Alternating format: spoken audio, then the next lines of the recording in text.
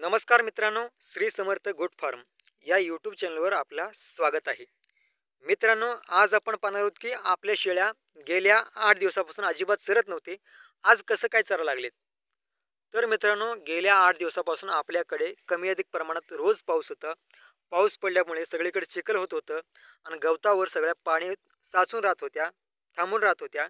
म्हणून आपल्या शेळ्या चरायला सोडल्यानंतरनं फक्त एका ठिकाणी थांबून राहायचे किंवा बसून राहायच्या. अजिबात चारा खात नव्हत्या, गवत खात नव्हत्या, चरायला इकडे तिकडे जात नव्हत्या. एका ठिकाणी थांबायचे किंवा बसायचे. पण आज पाहू शकता तुम्ही आपल्याकडे सकाळपासून ऊन पडलेलं आहे. सगळीकडचे गवतावरचे पाणी वगैरे सगळे आटून गेलेले आहेत. म्हणून आपल्या शेळ्या आज व्यवस्थितरित्या चरायला लागलेल्या आहेत. जर पाऊस नसेल आणि गवतावर पाणी वगैरे काहीच नसेल तरी सुद्धा आपल्या शेळ्या जर चरत नसतील, गवत खात नसतील, चारा खात नसतील, खूप कमी खात असतील, तर अशा वेळेस तुम्ही या शेळ्यांना लिव्हर टॉनिक देऊ शकता. त्यामध्ये सगळ्यात बेस्ट मी जो वापरतो तो म्हणजे ब्रोटॉन लिव्हर टॉनिक तुम्ही आपल्या शेळ्यांना पाजू शकता. जर ब्रोटॉन पाजलात तर त्या शेळ्या चारा खाणार आहेत. मला तर ब्रोटॉनचा चांगला रिझल्ट मिळाला आहे. तुम्ही पण एकदा वापरून बघा.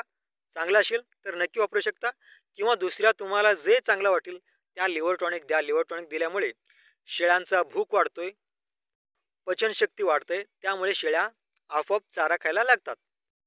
आणि पावसाळ्याच्या दिवसामध्ये शक्यतो शेळ्यांना शेडवरती कोरडी चारा द्या. म्हणजे त्यामध्ये तुरीचा भुसा असेल, हरभऱ्याचा भुसा असेल, त्याचबरोबर सोयाबीनचा भुसा असेल, भुईमुगाच्या शेंगाचे जो पाला असतील ते तुम्ही देऊ शकता. या पद्धतीने तुमच्याकडे जे उपलब्ध असेल कोरडी चारा ते तुम्ही आपल्या शेळ्यांना शेडवरती चरायला खायला द्या. म्हणजे जेणेकरून त्या शेळ्यांचा आहारामध्ये समतोल टिकून राहील. म्हणजे पावसाळ्याच्या दिवसामध्ये जर तुम्ही जास्तीत जास्त हिरवी चारा द्यायला लागला तर त्याच्या पचनक्रियेवरती परिणाम होऊ शकतोय.